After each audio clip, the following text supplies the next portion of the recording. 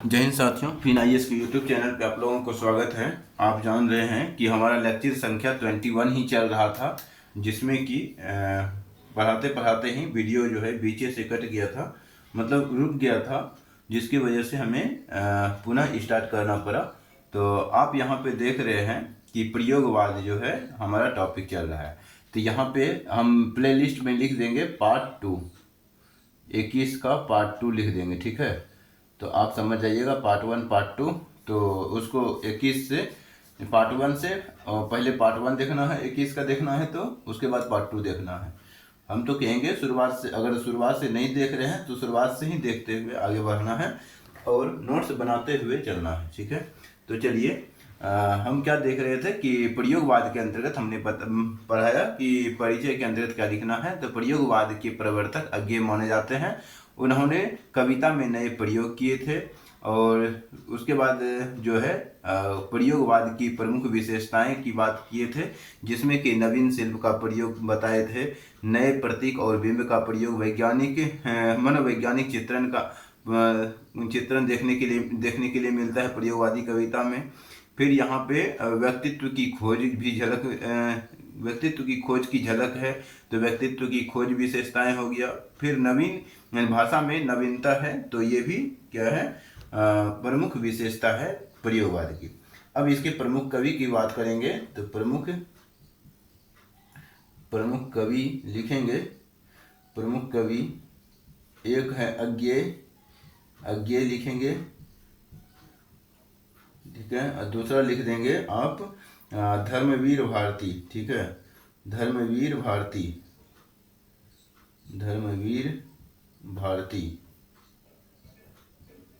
यही दो कवि लिखेंगे प्रमुख कवि में। ऐसे तो और भी कवि हैं, लेकिन प्रमुख कवि ही हमें लिखना है। तो और अन्य कवि की बात करें तो गिरिजा कुमार माथुर है, भारत भूषण अग्रवाल है। ये भी प्रयोगवादी कवि हैं, लेकिन हमें जो है कुछ जो महत्वपूर्ण है वही बताना है, वही लिखना है, हमें सीमित रहना है। और नहीं तो पता चलेगा नाम के चक्कर में, 75 नाम के चक्कर में 2 नाम भी याद नहीं आएगा और माइंड घोच-पोच हो जाएगा, मतलब कि कुछ याद नहीं रहेगा। तो इस कारण से हमें सीमित जितना पढ़ना है, जितना ज़रूरत है उतना ही पढ़ना है, ठीक है, एक्स्ट्रा नहीं पढ़ना है। तो लिखेंगे। अब हम आगे बढ़ेंगे। तो आगे जो है प्रयोगवाद के बाद आप नई कविता हेडिंग दे सकते हैं। तो नई कविता आप हेडिंग दे देना है आपको लोगों को, ठीक है। तो देखिए, नई कविता ये चौथा नंबर होगा, ठीक है। चौथा नंबर होगा नई कविता हेडिंग दे के लिखेंगे 1950 से 1965 के दौर का है ये। तो लिख करके हेडिंग दे देंगे और इसमें परिचय में लिखेंगे कि परिचय में लिखना है कि नई कविता में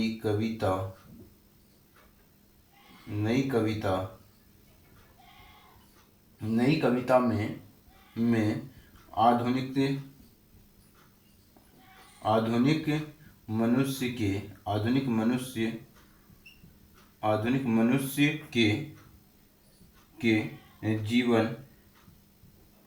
मनुष्य के जीवन,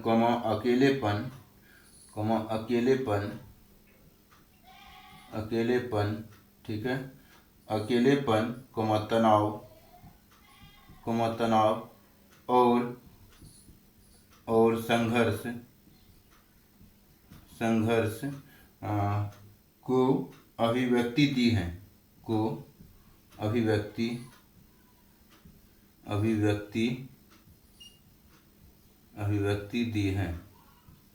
अभिव्यक्ति दी, ठीक है। तो उसके बाद इसमें जो है प्रमुख विशेषताओं की चर्चा करेंगे। मतलब कि परिचय में हमने क्या देखा कि नई कविता जो है आधुनिक मनुष्य के जीवन के अकेलेपन, तनाव और संघर्ष को अभिव्यक्ति दी गई है इसमें, ठीक है। और उसके बाद जो है इसमें अकेलेपन, तनाव और संघर्ष को अभिव्यक्त किया गया है। इसमें जो है प्रमुख विशेषता की बात करते हैं तो प्रमुख विशेषता लिखेंगे, विशेषताएं, प्रमुख विशेषताएं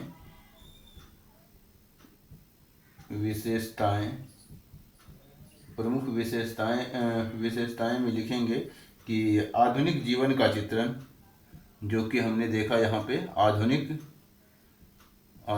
जीवन का चित्रण,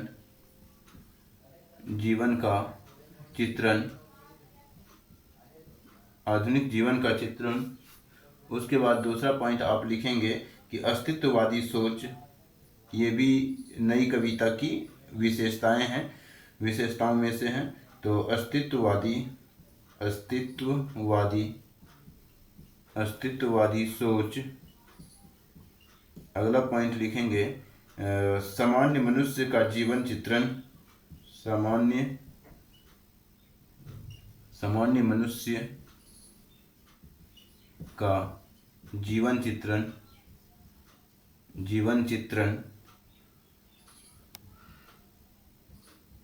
सामान्य मनुष्य का जीवन चित्रण। और उसके बाद मुक्त छंद,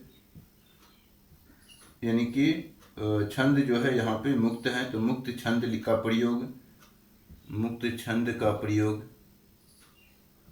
प्रयोग, ये भी जो है नई कविता की ही विशेषताएं हैं। तो बौद्धिकता की झलक, बौद्धिकता की झलक, ये भी आप लिखेंगे। उसके बाद जो है प्रमुख कवि की चर्चा करेंगे। प्रमुख कवि कौन कौन से हैं? प्रमुख कवि में लिखेंगे कि अज्ञेय लिखेंगे, अज्ञेय। उसके बाद दूसरा कवि जो लिखेंगे दूसरा कवि रघुवीर सहाय भी लिख सकते हैं, तो लिखेंगे रघुवीर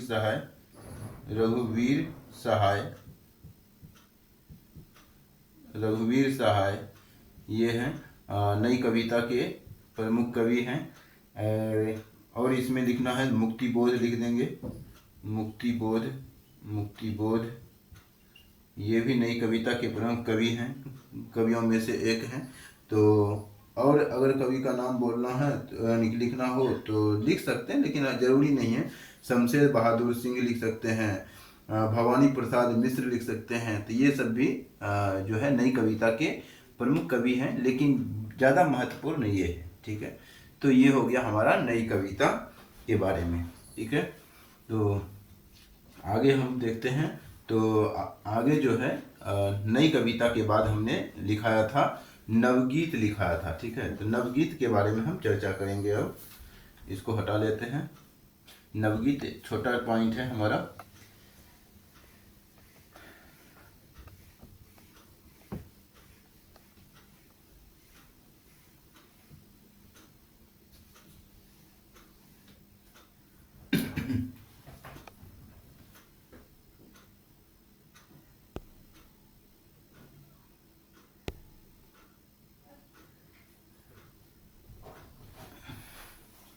लिखेंगे नवगीत, चौथा नंबर यानी कि 5वां नंबर हो जाएगा ना, ये 5वां नंबर लिखेंगे नवगीत। ठीक है, तो नवगीत जो है इसका परिचय लिखना है पहले।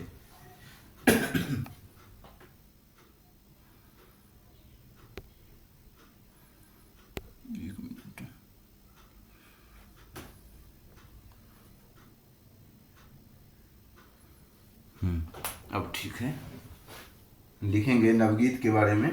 पहले परिचय लिखेंगे।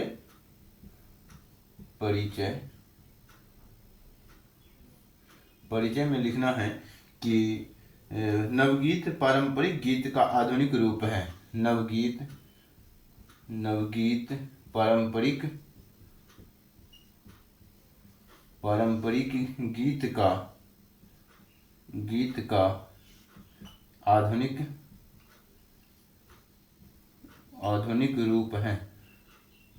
रूप है। ये हो गया हमारा परिचय, मतलब छोटा परिचय भी लिख सकते हैं यहाँ पे। ये छोटा टॉपिक है, बड़ा टॉपिक है भी नहीं। और यहाँ पे लिखेंगे प्रमुख विशेषताएं में लिखेंगे प्रमुख प्रमुख विशेषताएं, नवगीत की प्रमुख विशेषताएं क्या हैं? तो प्रमुख विशेषताएं क्वेश्चन ऐसे बन सकता है, नवगीत की प्रमुख विशेषताओं पर प्रकाश डालें।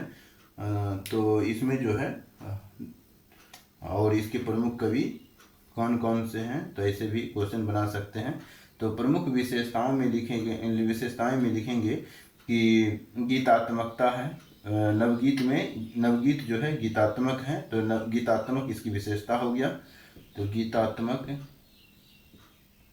गीतात्मक लिखेंगे। दूसरा लिखेंगे कि आधुनिक जीवन की समस्या का वर्णन है इसमें। तो आधुनिक जीवन की समस्या इसका क्या हो जाएगा? विशेषता हो जाएगा। तो आधुनिक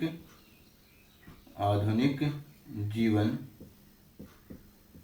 की समस्या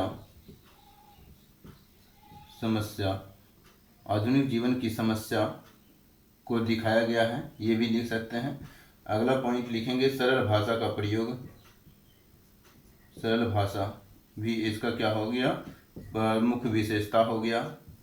और सामाजिक चेतना का उभार इसमें देखने के लिए मिलता है नई कविता में। तो लिखेंगे सामाजिक चेतना भी इसकी प्रमुख विशेषता बन जाएगा। तो सामाजिक चेतना भी लिख दीजिए। सामाजिक चेतना तो ये हो गया इसके प्रमुख विशेषताएं। और इसमें जो है अगला पॉइंट अब हम लिखेंगे क्या? तो प्रमुख कवि कौन कौन से हैं? तो प्रमुख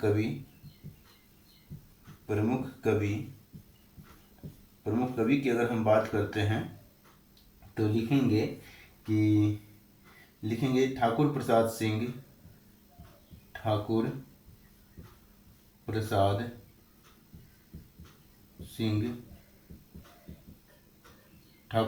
सिंह, उसके बाद लिखेंगे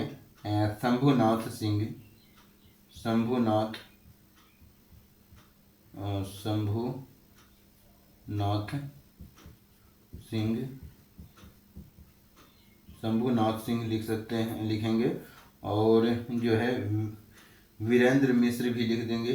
वीरेंद्र मिश्र ये इसके जो है प्रमुख कवि हैं नवगीत के।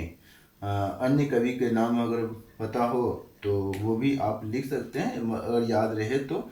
उमाकांत मालवीय हैं, ठीक है, तो ये भी इसमें आप लिख सकते हैं। जरूरी वर्णन की नहीं है, तो इसलिए हम नहीं लिखेंगे। तो इसको आप लिख लिए होंगे या फिर स्क्रीनशॉट लिए होंगे। इसको अब हम हटा देते हैं। अगर समझ में आ रहा होगा, पढ़ाई अच्छा लग रहा होगा, ठीक है, तो आप चैनल को सब्सक्राइब जरूर करेंगे और अपने सहपाठियों दोस्तों कॉलेजों में भी बताएंगे कि फिन IAS नाम का चैनल है जिस पे कि पूरी तरीके से फ्री कोर्स चल रहा है। 18 महीने का टारगेट है। यहाँ पे हिंदी साहित्य ऑप्शनल के साथ 100% की तैयारी है, ठीक है। आप यहाँ पे बने रहेंगे।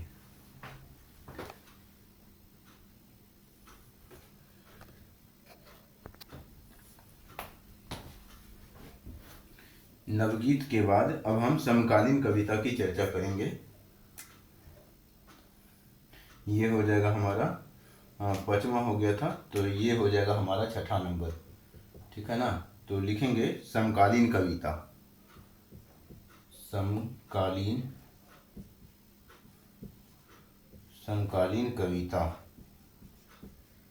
समकालीन कविता लिख करके हेडिंग देंगे और लिखेंगे कि परिचय में पहले परिचय लिखेंगे। परिचय लिख के हेडिंग देना है और लिखना है कि 1960 के बाद की कविता को 1960 के बाद की कविता को समकालीन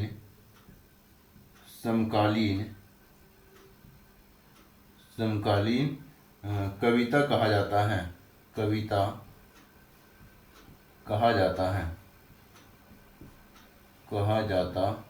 है। ये हो गया। उसके बाद जो है इसमें प्रमुख विशेषता की चर्चा करेंगे। तो प्रमुख विशेषताएं में लिखेंगे प्रमुख विशेषताएं इसी से लिखते हैं, ठीक है, ठीक रहेगा। प्रमुख विशेषताएं, प्रमुख विशेषताएं, विशेषताएं, प्रमुख विशेषताएं में आप लिखेंगे इसमें पहला पॉइंट कि लोकतंत्र और राजनीति पर व्यंग, लोकतंत्र और राजनीति पर व्यंग, ये है पहली विशेषता। दूसरा विशेषता में आप लिखेंगे भ्रष्टाचार को उजागर किया गया है, तो भ्रष्टाचार को उजागर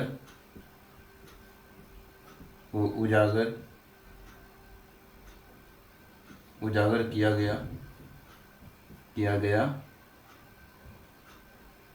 गया है, ये भी इसकी प्रमुख विशेषता है। बेरोजगारी पे प्रकाश डाला गया है, तो बेरोजगारी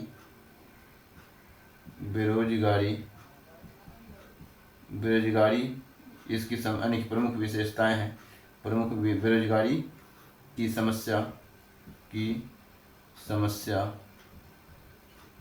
समस्या एवं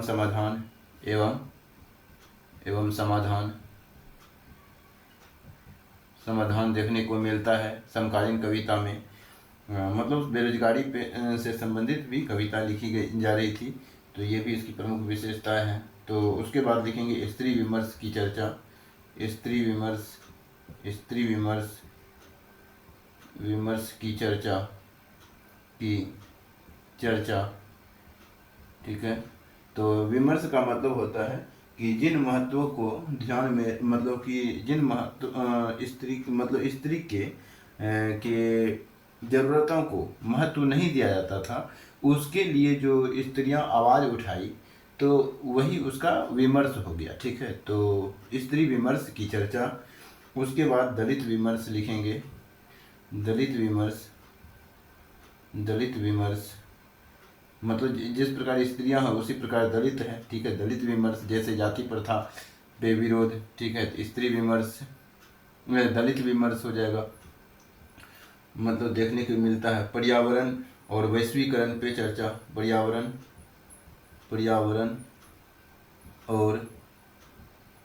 और वैश्वीकरण, पर्यावरण और वैश्वीकरण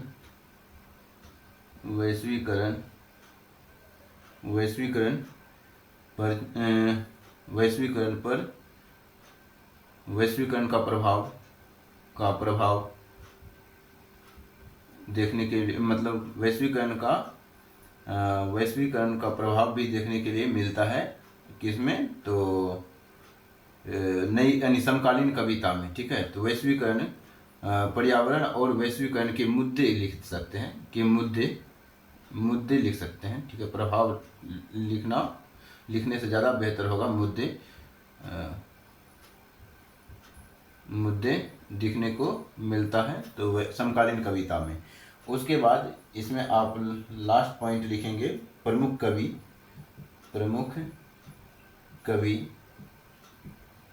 कवि में कौन कौन से हैं, तो कुंवर नारायण है, कुंवर नारायण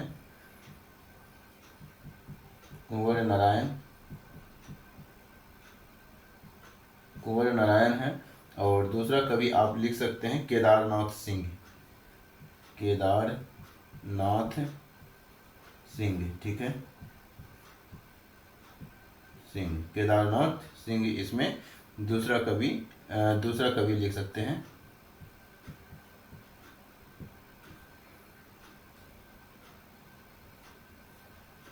तो ये हो गया हमारा समकालीन कविता। समकालीन कविता के बाद जो है हमारा लास्ट कवि है जनवादी कविता होगा ना, यहाँ पे कविता होगा, कविता नहीं कविता, ठीक है। इतना तो समझ ही जाते होंगे, लिखते होंगे। तो समकालीन कविता के बाद जो है जनवादी कविता लास्ट हमारा कविता है, ठीक है। और इसके बाद प्रमुख कवि की चर्चा करेंगे।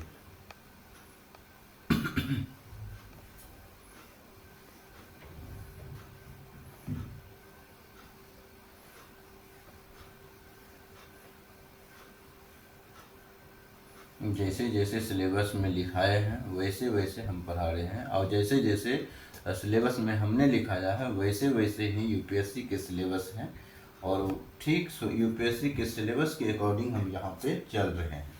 और साथ साथ हमारा जो है टॉपिक, अगर बात करेंगे यूजीसी नेट, ये सब का भी पॉइंट इसी में सम्मिलित है, निहित है।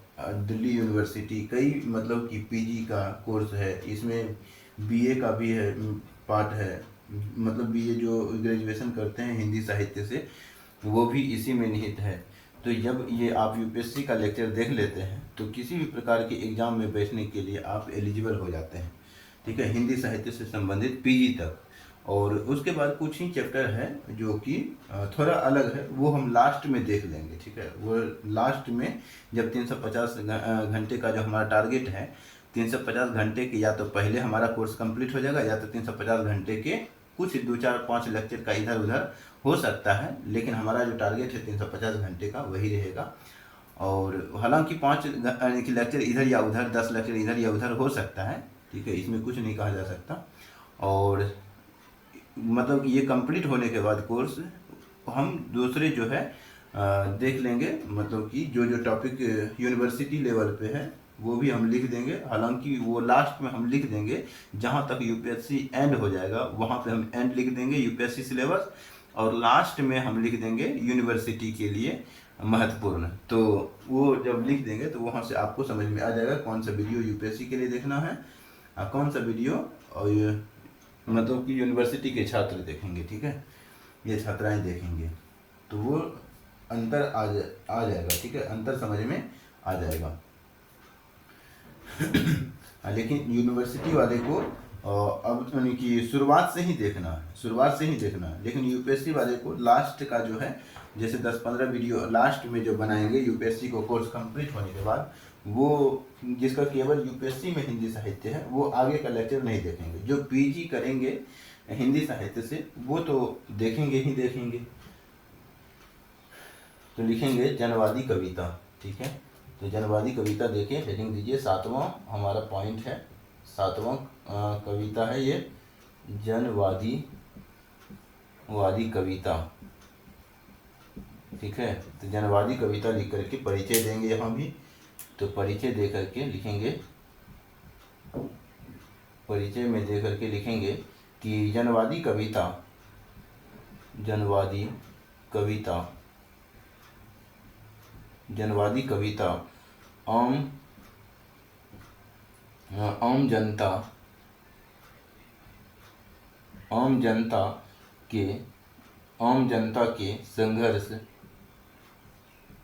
जनता के संघर्ष और शोषण, ठीक है, और शोषण, आम जनता के संघर्ष और शोषण के विरुद्ध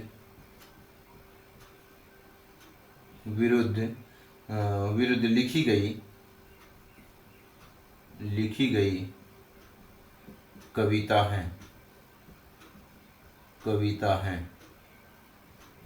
तो ये हो गया हमारा जनवादी कविता। उसके बाद अगला पॉइंट आप लिखेंगे प्रमुख विशेषताएं, प्रमुख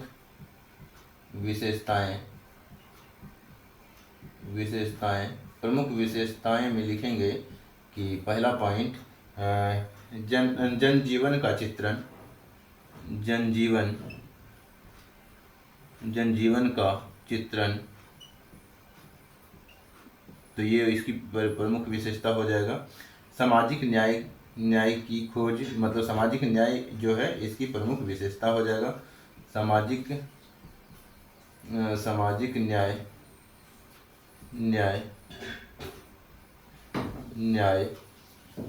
न्याय। उसके बाद अगला पॉइंट लिखेंगे सरल एवं प्रभावशाली भाषा, सरल एवं प्रभावशाली भाषा। उसके बाद अगला पॉइंट लिखेंगे इसमें जनहित की भावना,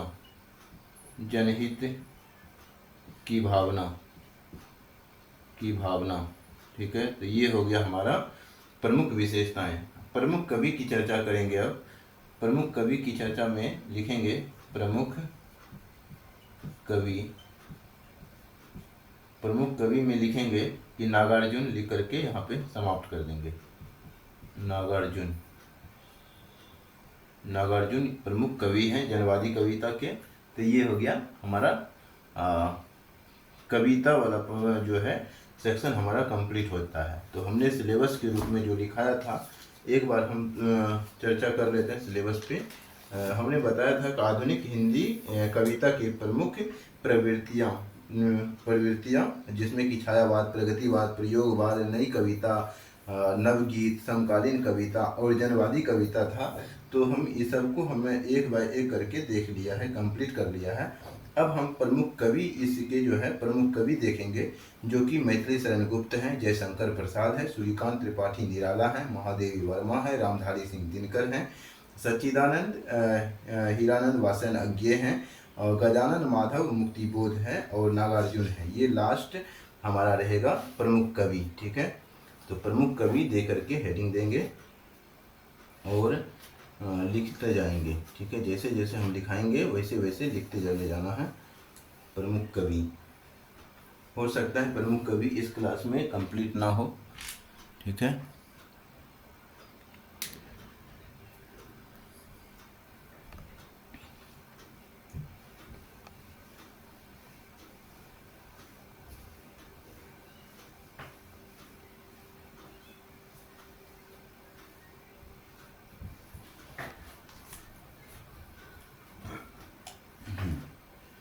तो लिखिए प्रमुख कवि।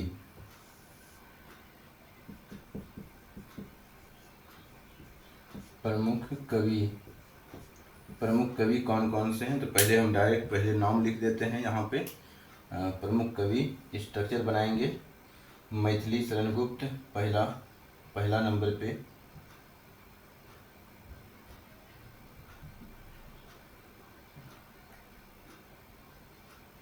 पहला नंबर पे क्या लिखेंगे? मैथिली शरण गुप्त। मैथिली शरण गुप्त, मैथिली शरण गुप्त। दूसरा नंबर पे लिखेंगे जयशंकर प्रसाद, जयशंकर प्रसाद। तीसरा नंबर पे लिखेंगे सूर्यकांत त्रिपाठी निराला, सूर्यकांत त्रिपाठी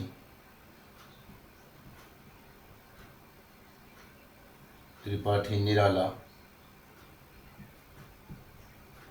सूर्यकांत त्रिपाठी निराला के बाद लिखेंगे, सूर्यकांत त्रिपाठी निराला के बाद लिखेंगे रामधारी सिंह दिनकर, रामधारी सिंह दिनकर,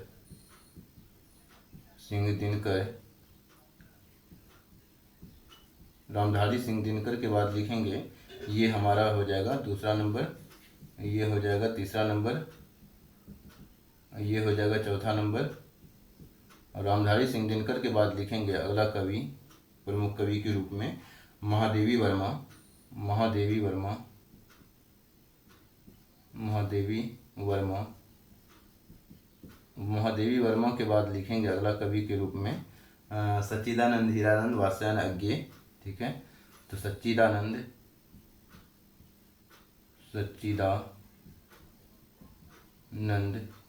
हीरानंद वात्स्यायन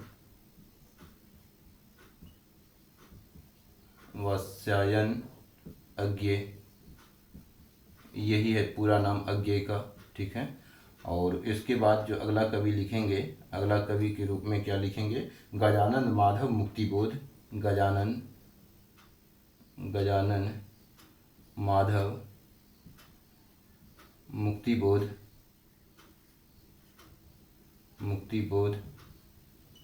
और लास्ट कवि जो है हमारा वो है नागार्जुन। ठीक है, तो हम जो है पहला कवि के रूप में मैथिली शरण गुप्त स्टार्ट कर रहे हैं।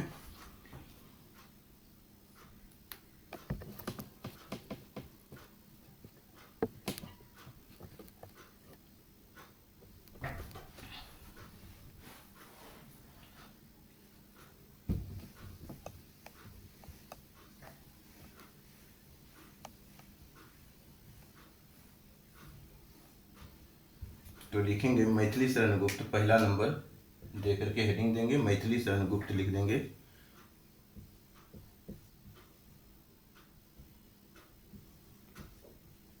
मैथिली शरण गुप्त। मैथिली शरण गुप्त के बारे में परिचय पहले लिखना है। इसका जो है समय पीरियड, समयावधि लिख देंगे। तो 1886 से 1964 इसका जीवन काल रहा, तो ये भी लिख देंगे। हालांकि परिचय में लिखेंगे, परिचय में क्या लिखेंगे इसमें, तो मैथिली शरण गुप्त का जन्म उत्तर प्रदेश के चिरगांव में हुआ। ठीक है, तो ये मैथिली शरण गुप्त, मैथिली शरण गुप्त, मैथिली शरण गुप्त का जन्म 3 अगस्त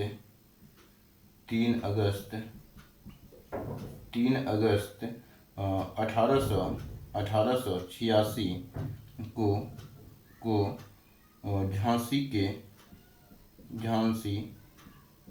झांसी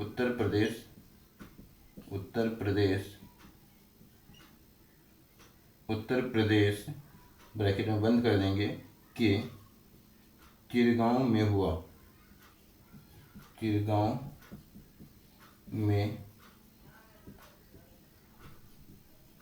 में हुआ। वे खड़ी बोली के, यानी कि मैथिली शरण गुप्त खड़ी बोली के, वे खड़ी बोली के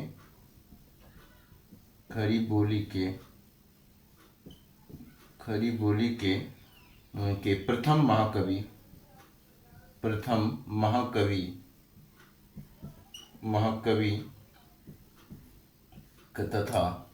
महाकवि तथा राष्ट्र कवि माने जाते हैं।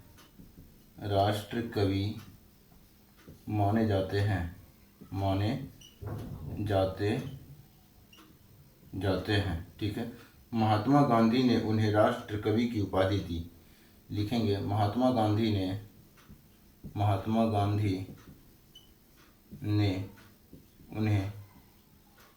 उन्हें राष्ट्र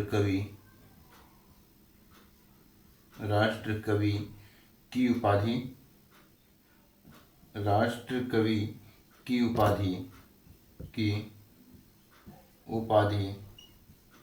उपाधि दी थी।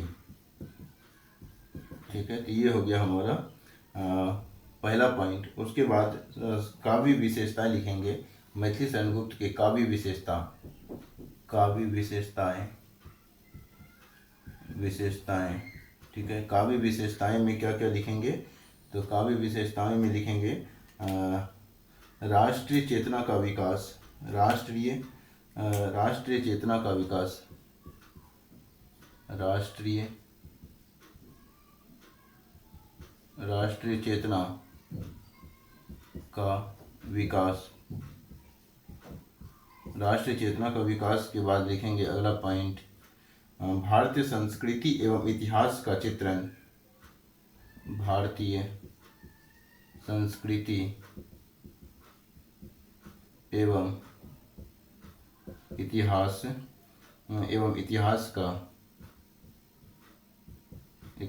का चित्रण, ये हो गया।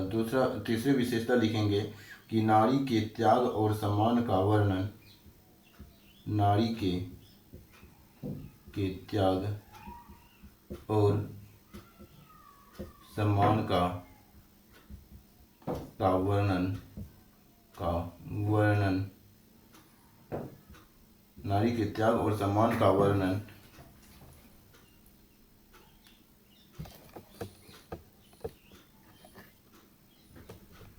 उसके बाद अगला पॉइंट लिखेंगे, उसके बाद अगला पॉइंट लिखना है क्या, तो सरल एवं प्रभावशाली भाषा का प्रयोग। इसमें लिखेंगे अगला पॉइंट, सरल एवं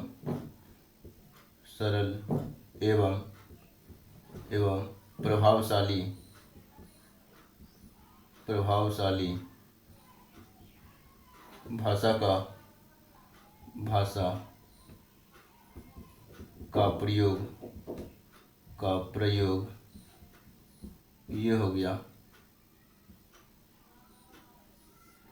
सरल एवं प्रभावशाली भाषा का प्रयोग लिखेंगे यहाँ पे, प्रयोग। आई होप कि दिख रहा हो, एक बार देख लेते हैं। ठीक है, दिख तो रहा है। और एक विशेषता और लिखना है, तो क्या लिखेंगे? नैतिक एवं आदर्शवादी दृष्टिकोण। क्या लिखेंगे? नैतिक एवं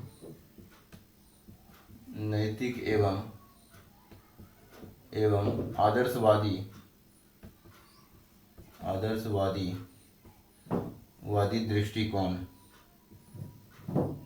दृष्टिकोण। ये हो जाएगा हमारा लास्ट पॉइंट। तो ये हो गया क्या? तो मैथिली शरण गुप्त के काव्य विशेषताएं। उसके बाद जो है हम क्या लिखेंगे? तो इसके बाद हम जो लिखेंगे साहित्य में योगदान लिखेंगे। मैथिली शरण गुप्त का जो है साहित्य में योगदान और प्रमुख कृतियां भी देख लेंगे। ठीक है, मैथिली शरण गुप्त का। तो 2 पॉइंट और बचा हुआ है मैथिली शरण गुप्त से संबंधित, क्योंकि ये महत्वपूर्ण है, कवि हैं, इसीलिए हमें इसके बारे में विशेष रूप से पढ़ना पड़ रहा है। जहाँ पे जिसका ज़रूरत है वहाँ पे हम विस्तार पढ़ाएंगे, जहाँ पे कम ज़रूरत है वहाँ पे हम, जहाँ पे ज़रूरत ही नहीं है वहाँ पे फिर भी कम हम पढ़ाएं, मतलब कि वहाँ पर भी हम थोड़ा बहुत लिख देते हैं। ठीक है, ताकि उदाहरण के रूप में काम आ सके। ठीक है, तो लिखेंगे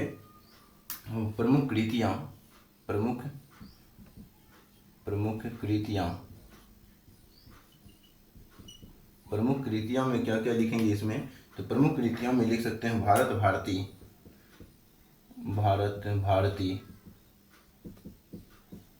भारती। दूसरा पॉइंट लिखेंगे साकेत इनकी प्रमुख रचना है। यशोधरा इसकी प्रमुख रचना है। उसके बाद पंचवटी इनकी प्रमुख रचना है मैथिली शरण गुप्त की। और जयद्रथ वध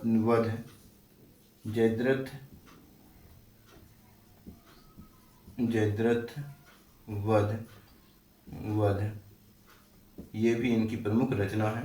तो उसके बाद अब हम लिखेंगे साहित्य में योगदान। मैथिली शरण गुप्त का साहित्यिक योगदान क्या क्या है, तो वो लिखेंगे।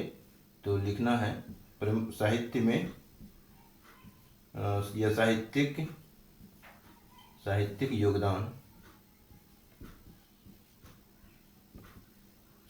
योगदान देखेंगे। तो इसमें लिखना है कि इन्होंने खड़ी बोली हिंदी को इन्होंने खड़ी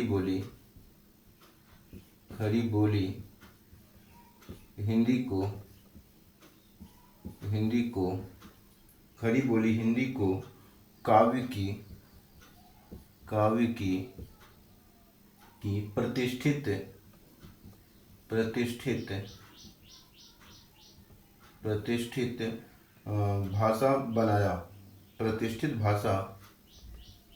भाषा बनाया।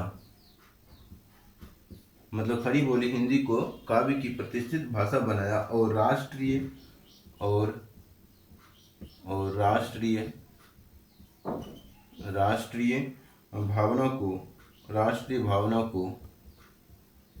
भावना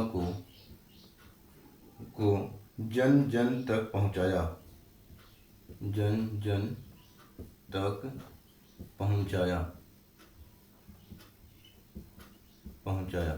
ये हो गया हमारा मैथिली शरण गुप्त के बारे में महत्वपूर्ण जानकारी। ठीक है, अब हम जयशंकर प्रसाद के बारे में जानेंगे। ठीक है ना, तो इसको अब हम हटा दे रहे हैं।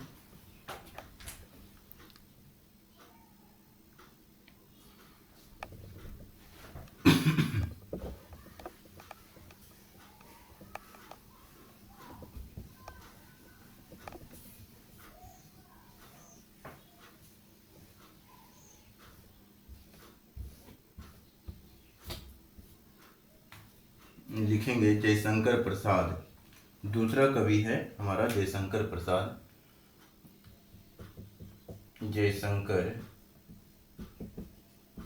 जयशंकर प्रसाद, जयशंकर प्रसाद के बारे में लिखेंगे तो 1889 से 1937 तक के बीच के बारे में लिखेंगे। कि पहले परिचय लिखेंगे,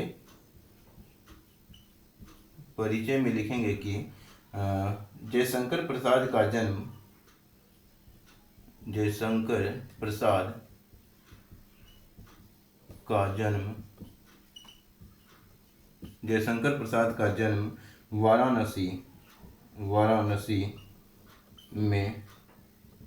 वाराणसी में हुआ। वे छायावाद के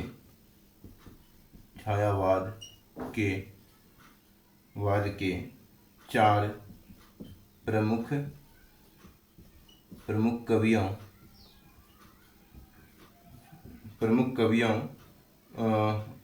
या प्रमुख स्तंभों लिखेंगे, प्रमुख स्तंभों, छायावाद के चार प्रमुख स्तंभों में से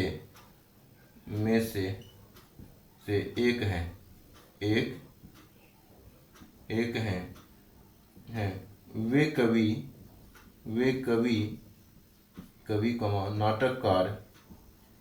नाटककार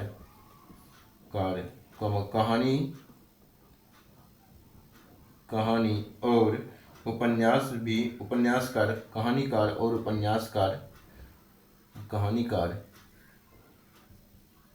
कहानीकार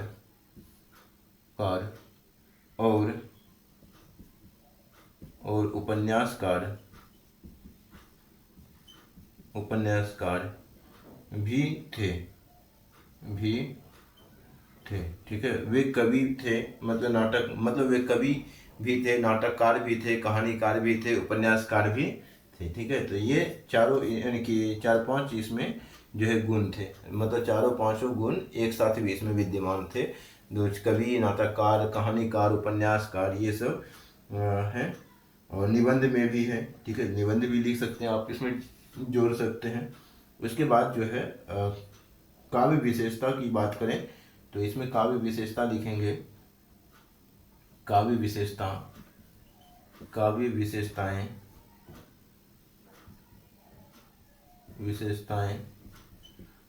विशेषताओं की अगर हम चर्चा करें तो प्रकृति प्रेम इसकी कविता की विशेषता है, काव्य विशेषता है। रहस्यवाद इसकी विशेषता है, रहस्यवाद। उसके बाद इसमें अगर लिखेंगे तो मानवतावाद। उसके बाद आगे लिखेंगे तो दार्शनिक चिंतन इसमें दिखाई देता है इसकी कविताओं में, तो दार्शनिक चिंतन इसकी विशेषता है। और इसमें अगर आगे लिखना है तो आगे क्या लिखेंगे, सौंदर्य एवं प्रेम का चित्रण, सौंदर्य एवं प्रेम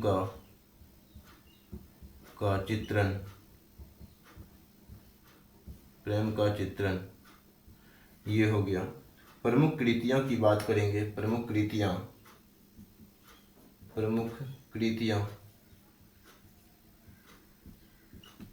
कृतियां की अगर हम इसमें चर्चा करें तो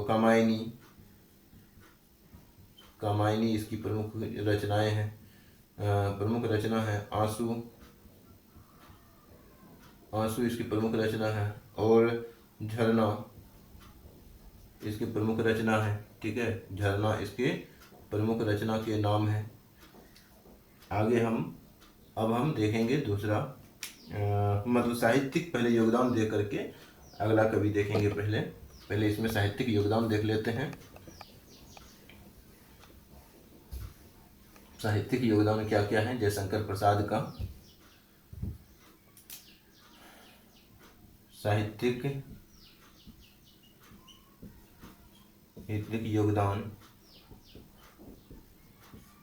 योगदान में लिखेंगे कि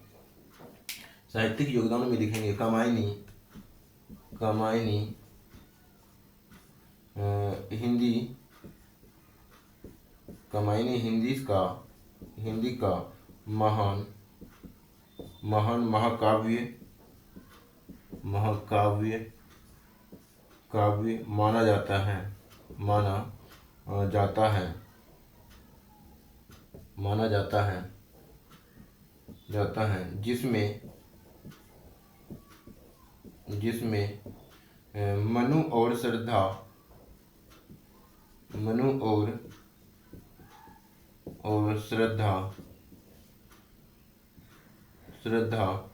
के माध्यम से श्रद्धा और ईरा के बारे में सुने होंगे।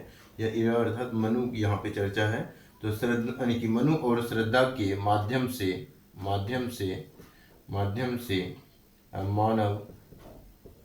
मानव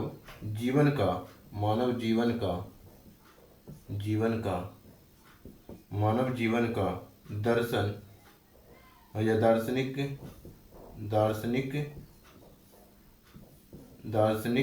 चित्रण किया गया है।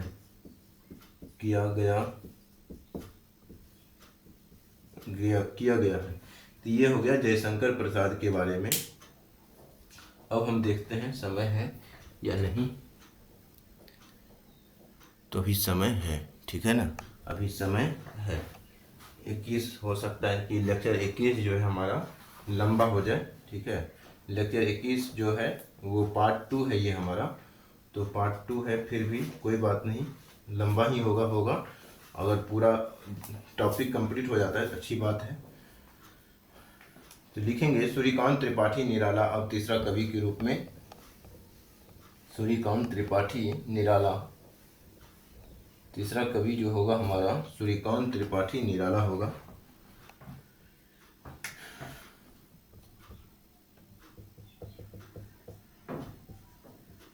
सूर्यकांत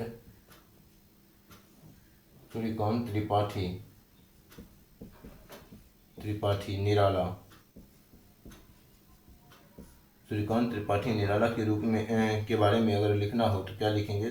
1896 से 1961 जो है इसका समयावधि है, मतलब कि जीवन काल है, ये लिखेंगे। और पहला जो इसमें पॉइंट लिखेंगे परिचय के रूप में लिखेंगे।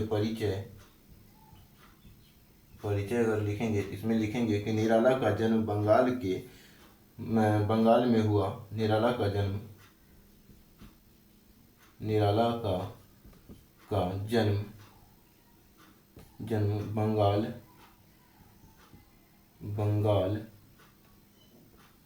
बंगाल में हुआ था। वे छायावाद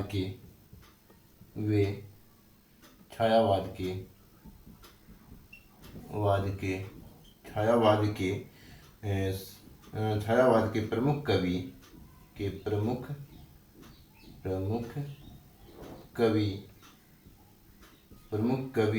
होने के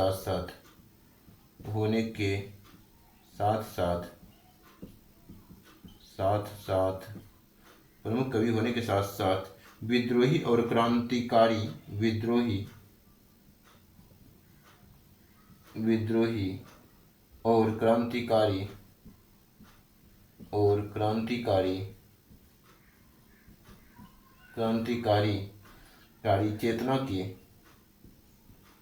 चेतना के कवि भी थे। तो ये हो गया परिचय। इसके बाद परिचय के बाद आगे लिखेंगे काव्य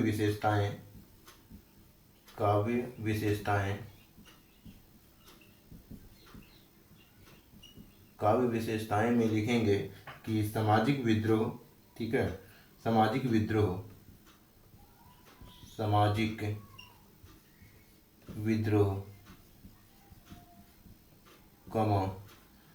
मानवतावाद,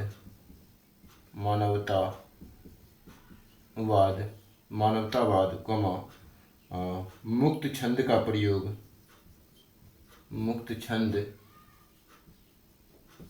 का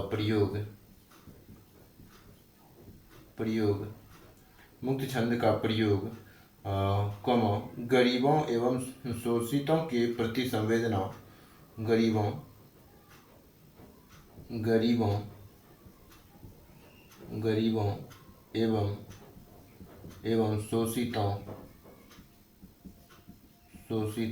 गरीबों एवं शोषितों के प्रति संवेदना वेदना तथा नवीन भाषा शैली का प्रयोग, नवीन भाषा शैली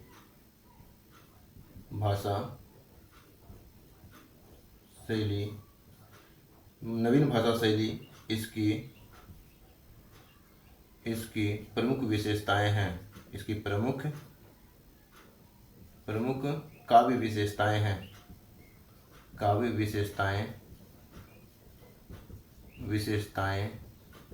हैं। ठीक है, ऐसे भी आप फ्रेमिंग कर सकते हैं। हम यहाँ पे अलग तरीका का फ्रेमिंग किए, काव्य विशेषताएं हैं। ठीक है, तो ये हो गया हमारा पॉइंट काव्य विशेषताओं के अंतर्गत। अगला पॉइंट लिखेंगे प्रमुख कृतियां में लिखेंगे कि परमिला अनके, राम की शक्ति पूजा, राम की शक्ति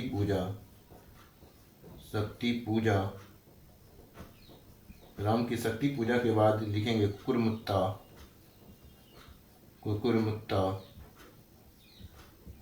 मुत्ता, सरोज स्मृति या अनामिका,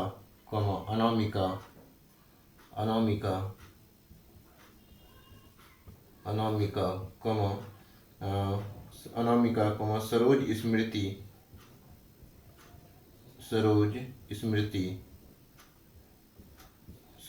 स्मृति इसकी प्रमुख, तथा बीच में लगा सकते हैं, तथा सरोज स्मृति इसकी प्रमुख कृतियां हैं। इसकी प्रमुख कृतियां हैं। ठीक है, तो सरोज स्मृति इसकी प्रमुख कृतियां हैं। और इसके बाद आगे अगर लिखना है तो साहित्यिक योगदान में लिखेंगे। लास्ट पॉइंट, साहित्य में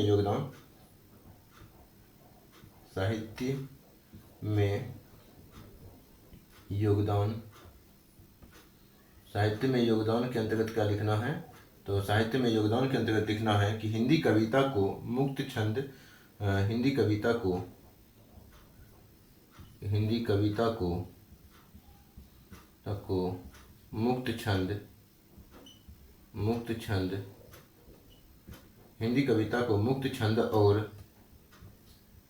और आधुनिक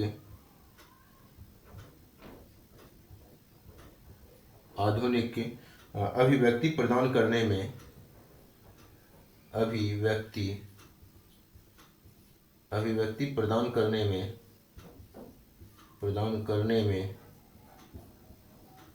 में उनका योगदान महत्वपूर्ण है।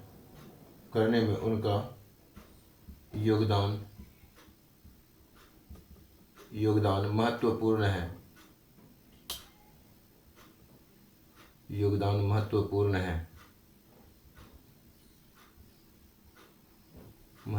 है। आई होप कि समझ में आ रहा होगा। अगर समझ में नहीं भी आ रहा होगा तो हम यानी कि जो शब्द समझ में नहीं आ रहा होगा हम बोलते हैं, उससे भी आप समझ करके लिख सकते हैं। ठीक है ना। तो ये हो गया हमारा सूर्यकांत त्रिपाठी निराला के बारे में।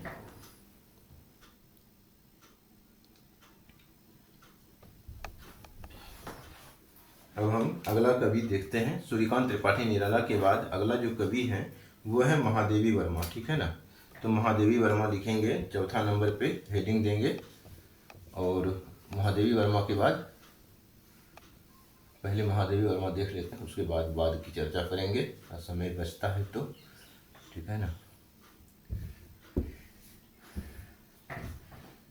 तो लिखेंगे महादेवी वर्मा, चौथा नंबर महादेवी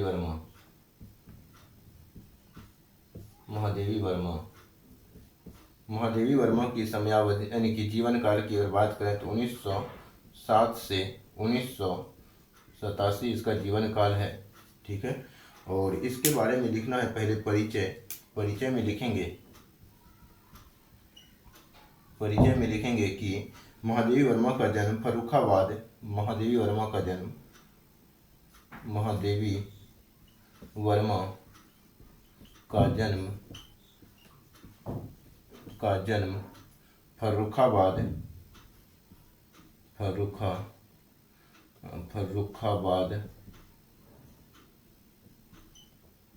फर्रुखाबाद ये यूपी में पड़ता है। ठीक है, उत्तर प्रदेश में पड़ता है। में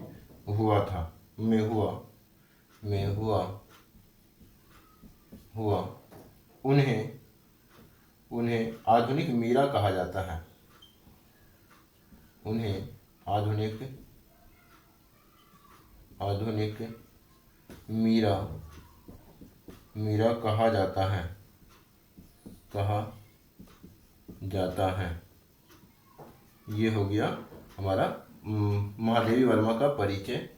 इसके बाद हम जो इसमें लिखेंगे पॉइंट, काव्य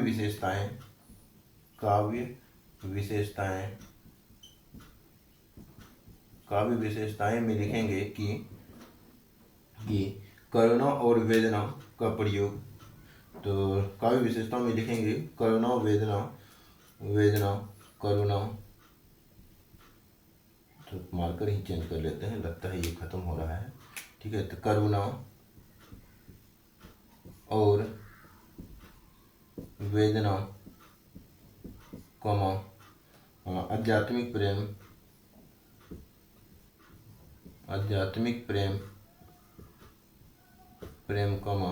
रहस्यवाद,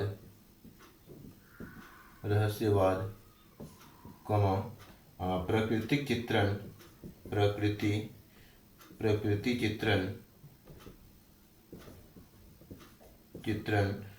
तथा नारी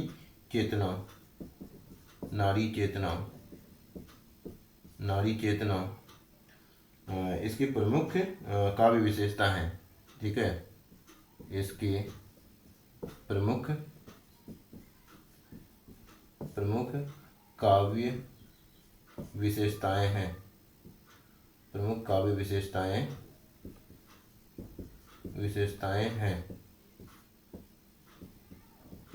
ठीक है, उसके बाद अगला पॉइंट जो लिखेंगे प्रमुख कृतियां में लिखेंगे। प्रमुख कृतियां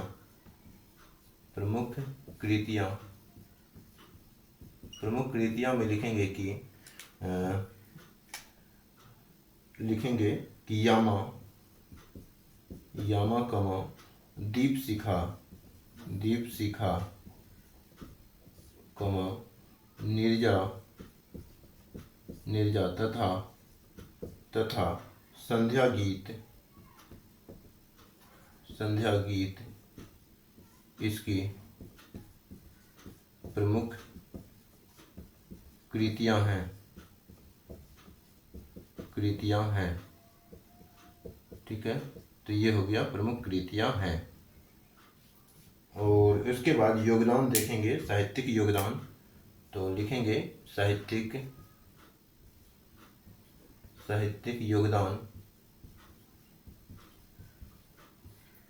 योगदान में लिखना है महादेवी वर्मा ने हिंदी कविता में महादेवी वर्मा ने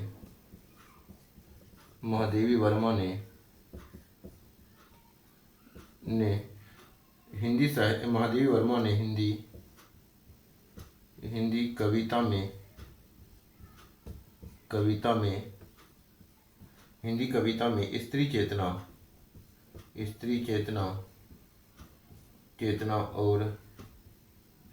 और संवेदनशीलता को नई ऊंचाई दी। और संवेदनशीलता को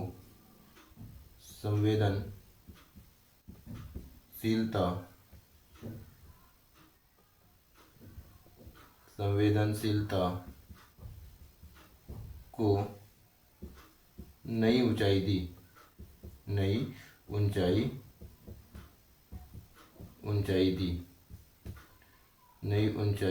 दी है। ये दी। ठीक है, तो ये हो गया हमारा महादेवी वर्मा से संबंधित सभी पॉइंट। ठीक है, महादेवी वर्मा को पढ़ने के बाद अब हम पढ़ते हैं किसको, तो सूर्यकांत त्रिपाठी निराला को। ठीक है ना, हालांकि टाइम तो हो चुका है। ठीक है, देखते हैं कहाँ तक समाप्त हो पाता है। ठीक है ना, तो समाप्त होने के बाद हम देख लेंगे। अगला लेक्चर जो है रिवीजन पार्ट होगा, और इसको जो बच जाएगा उसको हम ख़त्म करके रिवीजन कर लेंगे। ठीक है ना, तो आज जो है यहीं पर रहने देते हैं, महादेवी वर्मा तक ही सीमित रहने देते हैं। लेक्चर संख्या जब 22 होगा उसमें जो है हम महादेवी वर्मा के बाद हम रामधारी सिंह दिनकर की चर्चा करेंगे, सच्चिदानंद हीरानंद वात्स्यन अज्ञे की चर्चा करेंगे। उसके बाद हम चर्चा करेंगे गजानन माधव मुक्तिबोध की चर्चा करेंगे, नागार्जुन की चर्चा करके जो है हम रिवीजन को देख लेंगे, रिवीजन कर लेंगे। ठीक है ना, तो आज की क्लास हम यहीं पे समाप्त करते हैं। धन्यवाद।